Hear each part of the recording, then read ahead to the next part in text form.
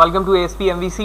इस सेशन के अंदर हम इमेज को यूज़ करते हुए एक CRUD ऑपरेशन बनाने जा रहे हैं। ऑल्दो अभी तक हमने जितने भी सिस्टमेटिकली ऑपरेशन परफॉर्म किए हैं ASP MVC में, वहाँ पर हमारे पास सिर्फ वैल्यूज़ ही इंसर्ट अपडेट डिलीट हो रही थी।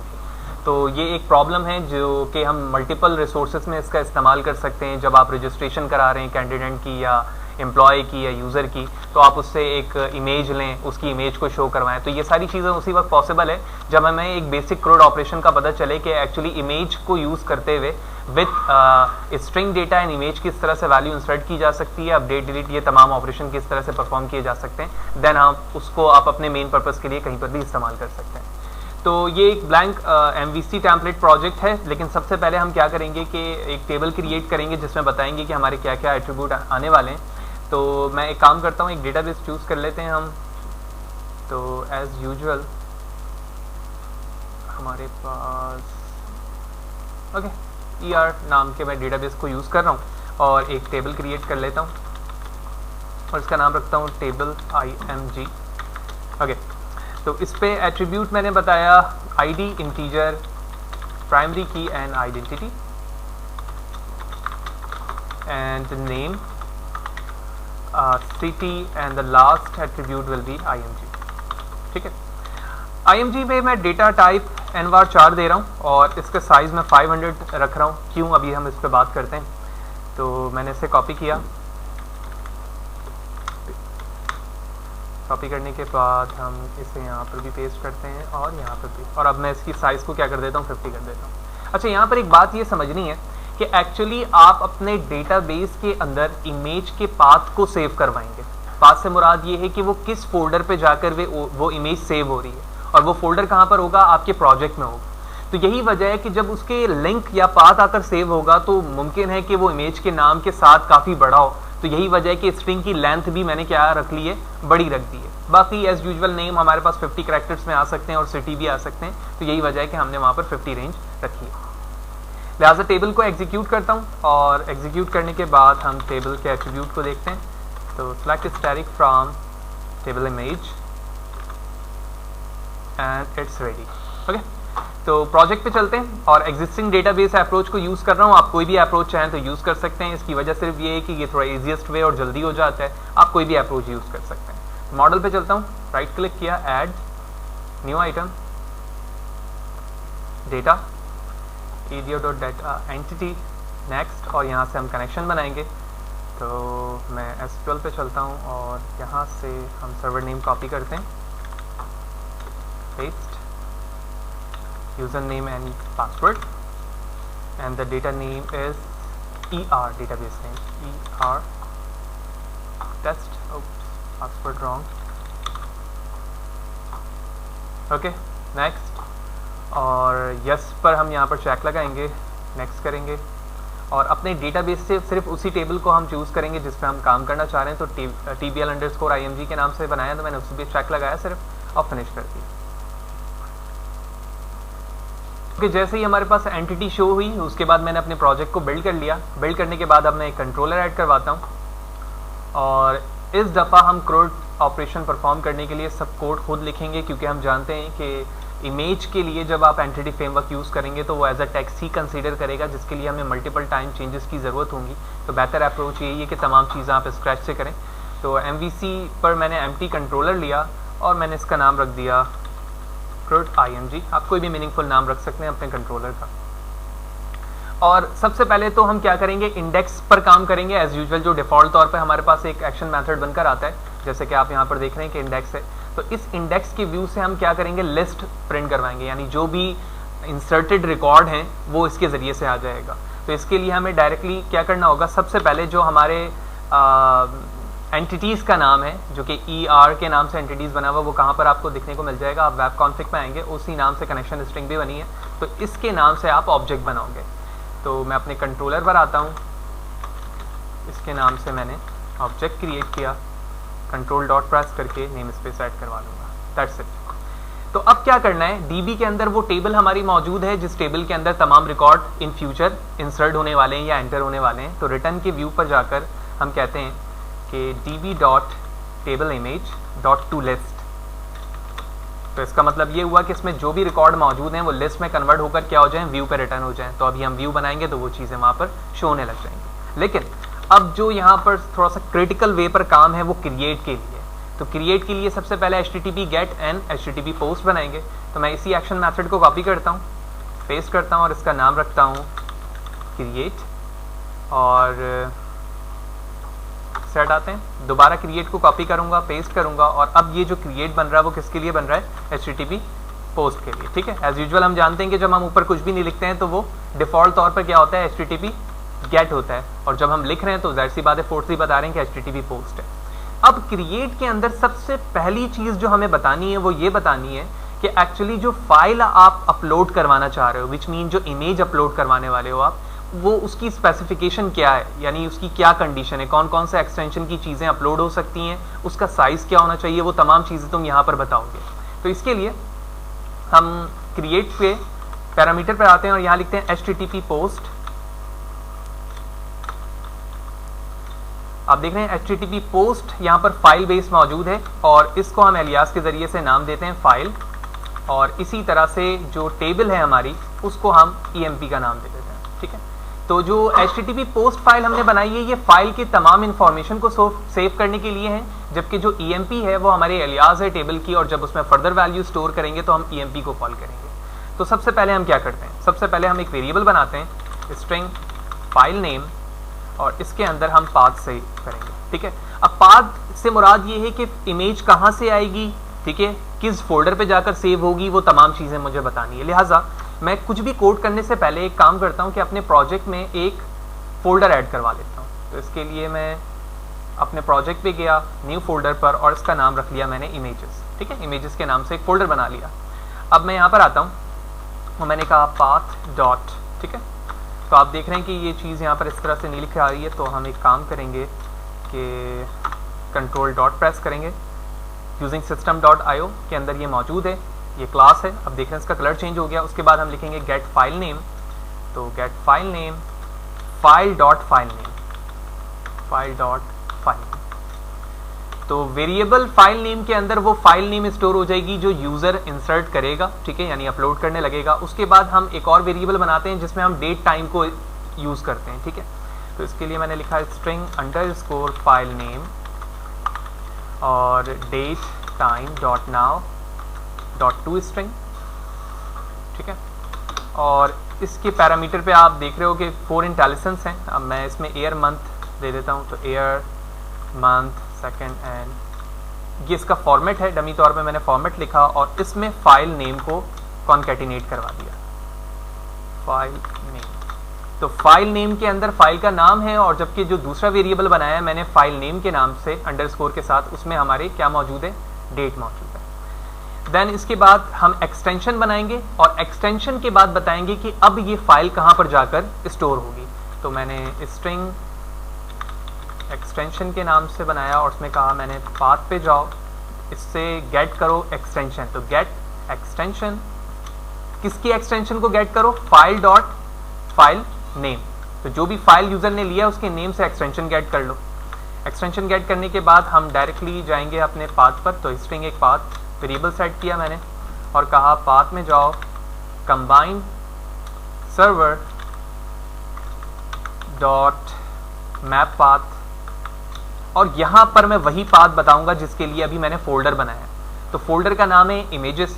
आपको पता है कि अपने प्रोजेक्ट में जब डायरेक्टली फोल्डर को हम एक्सेस करना चाहते हैं तो टिल्ड का साइन लेते हैं और स्लैश डाल के उसके बाद अपने फोल्डर का नाम लिख देते हैं। तो हमारे फोल्डर का नाम है इमेजेस स्लैश, उसके बाद हम कॉमा प्रेस करेंगे और यहाँ पर आकर हम अपने उस डेट टाइम को कॉल कर लेंगे जिसमें हमारा जिस वेरिएबल में डेट टाइम मौजूद है, एंड देन फाइनली हमने यहाँ पर टर्मिनेट कर दिया। अब जो हमारे पास डेटा है वो एक्चुअली फोल्डर के लिए रेडी हो चुका है, यानी वो फाइल जो तुम अपलोड करोगे वो चीज़ रेडी हो चुकी है टाइम और अपने एक्सटेंशन के साथ। लिहाजा अब टेबल को मैं कॉल करता हूँ। तो टेबल के एलियास को मैंने EMP नाम रखा है अपने पैरामीटर में। उसमें कहा मैंने EMP डॉट इमेज किसके बराबर है, तो EMP डॉट इमेज यानी इमेज का डेटा बराबर है जो चीज़ आपके इमेज के फोल्डर में मौजूद है प्लस डेट। तो डेट कहां पर मौजूद है, फाइल नेम पर, अंडरस्कोर फाइल नेम पर, वो मैंने बता दिया। तो इस सिस्टमैटिकली 5 लाइन से जो चीजें डिसाइड हुई हैं वो ये हुई हैं कि फाइल का नाम क्या होगा, किस डेट पर आया, एक्सटेंशन क्या होने वाली है और वो कहां जाकर सेव होने वाली है। अब तुम्हें ये बताना है कि तुम किन किन तरह की एक्सटेंशन वाली इमेज सेव करवाना चाहते हो। तो अब इफ कंडीशन की जरूरत है। मैंने कहा if extension dot to lower, तो अगर हमारा एक्सटेंशन लोअर केस में मौजूद है, किस फॉर्म पर लिखा हुआ है, डॉट जेपीजी, ठीक है। अगर इसमें मौजूद है, इसी तरह मैंने और में बताया, इसी को कॉपी किया मैंने, पेस्ट किया, ठीक है, और जहां पर जेपीजी लिखा हुआ वहां पर ईवी लगाया, ये भी एक्सटेंशन है हमारे पास इमेज की, और इसी तरह एक और एक्सटेंशन में मैंने बता दिया पीएनजी। तो अब मैं यहां पे लिख देता हूं पीएनजी। तो ये कुछ 3 कंडीशन मैंने बताई। अगर मैं थोड़ा सा जूम आउट करूं तो ये तीनों कंडीशन आप देख रहे हैं कि हमारे इफ की कंडीशन में और के साथ मौजूद है, यानी तीनों में से कोई भी एक कंडीशन अगर फुलफिल है तो आप बॉडी के अंदर आओगे। बॉडी में आने के बाद अब तुम्हें साइज भी बताना है कि भाई ऐसा तो नहीं है कि इमेज इतनी बड़ी कोई डाल दे वो आपके डेटाबेस में जो कुछ ही दिनों के अंदर जो है ना सिर्फ उसको रिट्रीव करना मुश्किल हो जाए, आपको बाद में एडिट करना भी आपके लिए मुश्किल होते जाए। तो आप एक मैक्सिमम साइज डिफाइन करोगे कि इस साइज के अंदर होनी चाहिए वो इमेज। तो इसके लिए आपने कहा if file dot content length, ठीक है। कंटेंट लेंथ को मैंने बिट के फॉर्म पे लिखा है, तो बिट के फॉर्म के लिए मैंने कहा, ठीक है, तो एक यूनिट दे दी मैंने बिट के फॉर्म पे कि ये रेंज है उसकी, इससे कम होनी चाहिए बिट के फॉर्म पे, यानी इमेज कोई भी एमबी में हो सकती है, ठीक है, किलोबिट पे हो सकती है। तो उसको मैंने बिट्स यूनिट में इसलिए कर दिया है ताकि वो स्मॉलेस्ट वे पर उसको काउंट करे और उसके बाद आप फर्दर कंडीशन पर आए। अगर वो इस साइज से कम है तो अब क्या होगा, db dot table image dot add, किसको ऐड कर दो, EMP, यानी अब वो इमेज आपके EMP यानी टेबल इमेज पर क्या हो जाएगी, सेव हो जाएगी। सेव होने के बाद आप एक और कंडीशन बनाएंगे db डॉट सेव चेंजेस के लिए, क्योंकि जाहिर सी बात है अभी तो सिर्फ और सिर्फ क्राइटेरिया चेंज हुआ है, यानी चेक हुआ है कि इमेज वैलिड है या नहीं है विद एक्सटेंशन विद साइज। अगर है तो यकीनी तौर पे उसका साइज 0 से ज्यादा भी तो होगा, कोई भी इमेज आएगी तो 0 से ज्यादा होगी। अगर 0 से ज्यादा है तो उस इमेज को तुम क्या करो, सेव करो। तो मैंने कहा file dot save as path, और उसके बाद मैंने व्यू बैक पर एक मैसेज शो करवा दिया। तो मैंने कहा view back dot message equal record edit terminate model state dot clear. इस इफ की बॉडी से बाहर आया, उसके बाद मैं जो एल्स बना रहा हूं वो किसके लिए बना रहा हूं, वो इस वाले इफ के लिए बना रहा हूं। कि इफ तो इस इफ के अंदर मौजूद था, लेकिन अब एल्स इसके लिए बना रहा हूं जब हमारे वैलिड साइज ही ना हो, यानी इस कंडीशन से ज्यादा साइज की कोई इमेज आ रही हो। तो इसके लिए मैंने कहा directly view back dot message और एक एरर शो करा देता हूं। मैंने इस लाइन को कॉपी किया, पेस्ट किया और मैंने कहा size is not valid, okay.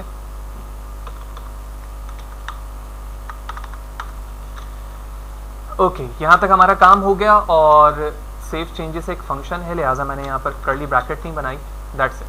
तो ये ओवरऑल हमारा काम हो गया किसके लिए, कि हम क्रिएट के लिए किस तरह से सिस्टमैटिकली एक कंडीशन बनाएंगे कि एक्चुअली रिकॉर्ड जब क्रिएट होगा तो वो सबसे पहले देखेगा कि इमेजेस के साइज़ क्या हैं, और उसके बाद इमेजेस के बाद जो फर्दर तमाम कंडीशन होंगी वो व्यूज़ के ज़रिए से ऑलरेडी बन जाएंगी।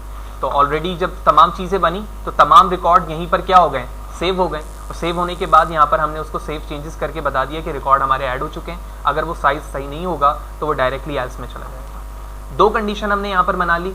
2 कंडीशन बनाने के बाद सबसे पहले मैं क्या करता हूँ, इंडेक्स का व्यू बनाता हूँ, ठीक है। तो इंडेक्स के व्यू के लिए मैंने राइट क्लिक किया, ऐड व्यू पर गया, तो हमें रिकॉर्ड किसके फॉर्म पे शो करना है, लिस्ट के। तो मैं याद होगा अभी मैंने नीचे क्या लिखा हुआ है, डॉट टू लिस्ट। तो इंडेक्स में हमेशा लिस्ट के फॉर्म पे डेटा दिखता है। हमारे टेबल का नाम है TBL इमेज, और जो कॉन्टेक्स्ट क्लास है वो ER एंटिटीज हैं, क्योंकि डेटाबेस का नाम यही था, और मैंने ऐड पे क्लिक कर दिया।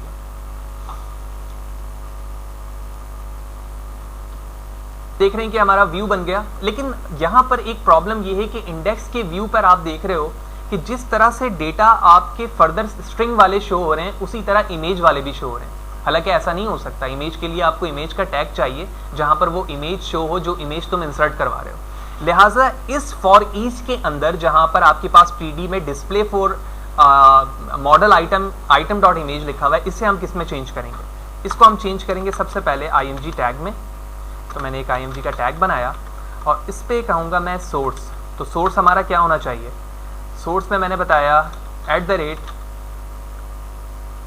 @URL dot content. तो जो कंटेंट इसमें आने वाला है वो कहाँ से आने वाला है? Item dot image.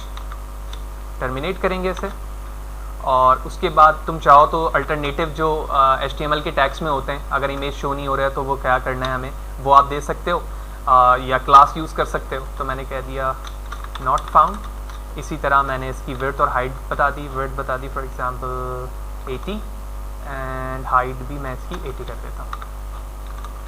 तो ये जो URL डॉट कंटेंट है ये आपके लूप में से हर एक इमेज को हर एक लाइन पे क्या करता जाएगा? शो करता जाएगा। आप देख रहे हो ना यहाँ पर फॉर ईच के अंदर मैं मौजूद हूँ, तो हर एक लाइन पर वो इमेज आती रहेगी जितने रिकॉर्ड आपके पास मौजूद होंगे। तो हमारा पहला काम ये हो गया व्यू के रिस्पेक्ट से। दोबारा क्रूड अपने कंट्रोलर पे गया, अब मैं क्रिएट के लिए बनाऊंगा। तो क्रिएट के लिए राइट क्लिक किया, ऐड व्यू पर गया, for create table name is TBL image and as usual entities and add। अब जो हमारे पास क्रिएट के लिए व्यू आएगा, तो आपको पता होगा अभी तक जो हमने क्रूड ऑपरेशन किया उसमें तमाम टेक्स्ट बॉक्सेस होते थे, लेकिन आप इमेज किस तरह से लोगे? इमेज तो आप बटन के जरिए से लोगे ना, जब आप पॉपअप मेन्यू आए उसमें से आप इमेज डिसाइड करो। तो ये जो व्यू है हमारे पास, सबसे पहला व्यू आपके लिए नेम के लिए, दूसरा सिटी के लिए, लेकिन तीसरी चीज तुम देख रहे हो ये किसके लिए? इमेज के लिए। तो ये वो आपका टेक्स्ट बॉक्स क्रिएट करके दे रहा है एडिटर, जिसपे लिखा आ रहा है ना। तो इसको मैं करता हूं कमेंट, और कमेंट करने के बाद इसके नीचे हम एक टैग बनाएंगे और इसको नाम देते हैं इनपुट टाइप। तो मैंने इनपुट के नाम से टैग बनाया, इसमें कहा मैंने टाइप मुझे क्या देने की जरूरत होगी? फाइल। ठीक है, तो यही कंडीशन हमने क्रिएट में बताया था कि कौन सी फाइल अपलोड होगी, उसका एक्सटेंशन क्या होगा, उसका साइज क्या होगा। फिर मैंने इसका नाम रखा फाइल। ठीक है, और इसी तरह मैं रिक्वायर्ड फील्ड भी इसमें लगा सकता हूं,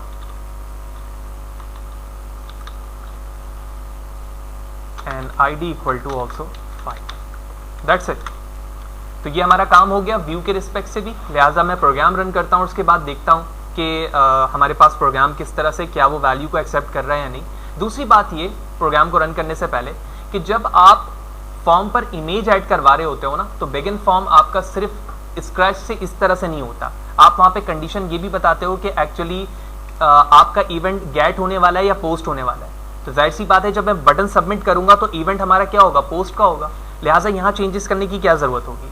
यहाँ पर आने के बाद मैं अपने कंट्रोलर का नाम, एक्शन मेथड का नाम लिखूंगा, फिर कंट्रोलर का नाम लिखूंगा और उसके बाद बताऊंगा फॉर्म मेथड। तो मैंने लिखा form method dot post, sorry not this one, comma, उसके बाद हम लिखते हैं न्यू, और अब यहाँ पर हम इनक्रिप्ट फॉर्म बताएंगे। तो इनक्रिप्ट ENCYT टाइप, और ये होगा हमारे बराबर multi part slash form data. That's it, run. तो आप प्रोग्राम को रन करते हैं। तो मैं किस कंट्रोलर पर मौजूद होऊंगा भाई? जब मैं यहाँ से प्रोग्राम को रन करूंगा तो क्रिएट पर, क्योंकि ये क्रिएट का व्यू है। हमारे एक्शन मेथड का नाम क्या है? क्रूड। तो मैंने F2 प्रेस किया, कॉपी किया, कॉपी करने के बाद कंट्रोलर का नाम पेस्ट करूंगा और सिर्फ कंट्रोलर के नाम को रखूंगा, जो उसके साथ कंट्रोलर है वो मैंने हटा दिया। प्रोग्राम रन करते हैं और देखते हैं कि क्या हम सक्सेसफुली अपनी इमेज विद डेटा इंसर्ट कर पा रहे हैं या नहीं। और उसके बाद इंडेक्स के व्यू पे भी जाके देखेंगे कि वहाँ पर वो इंसर्टेड वैल्यू शो हो रही है या नहीं विद इमेज। नाउ हम क्रिएट की व्यू पे मौजूद हैं, तो मैं कुछ डमी नेम यहाँ पर लिख रहा हूँ। ठीक है, और इमेज भी डमी होगी हमारे पास। तो नेम एंड सिटी लिखा मैंने, चूज इमेज पे चलते हैं और अपने डेस्कटॉप से हम एक क्रॉस की इमेज ले लेते हैं। ठीक है, क्रिएट पर क्लिक करता हूँ, क्योंकि मैंने वहाँ पर लिखा था कि जब सबमिट भी हो तो वो कहाँ पे ही रहे? क्रिएट पे ही रहे, तो वो क्रिएट पर है। लेकिन अब ये है कि अगर मैं यहाँ से इंडेक्स पे जाता हूँ तो हमें क्या रिपोर्ट मिलती है? Let's see, and here it is आप देख रहे हैं कि हमारा वो CRUD ऑपरेशन के वो तमाम चीज़ें भी मौजूद हैं और साथ ही साथ वो इमेज भी मुझे उसी जगह पर दिख रही है जिस जगह पर हमारे फर्दर रिकॉर्ड्स होते थे। तो ये हमारे इस CRUD ऑपरेशन का सेशन नंबर 1 है, जिसके अंदर हमने 2 बेसिक चीज़ें देखी कि मैं इंडेक्स की व्यू पे लिस्ट पे तमाम चीज़ें कैसे ला सकता हूँ और उसके बाद मैं क्रिएट कैसे करवा सकता हूँ, यानी मैं अपने रिकॉर्ड को विद इमेज इंसर्ट कैसे कराऊंगा। नेक्स्ट सेशन पे जाएंगे तो आप देखेंगे हम इस एग्जिस्टिंग रिकॉर्ड को एडिट कैसे करेंगे, उसके बाद डिटेल कैसे दे सकते हैं और साथ ही साथ हम उसे डिलीट कैसे कर सकते हैं वो देखेंगे।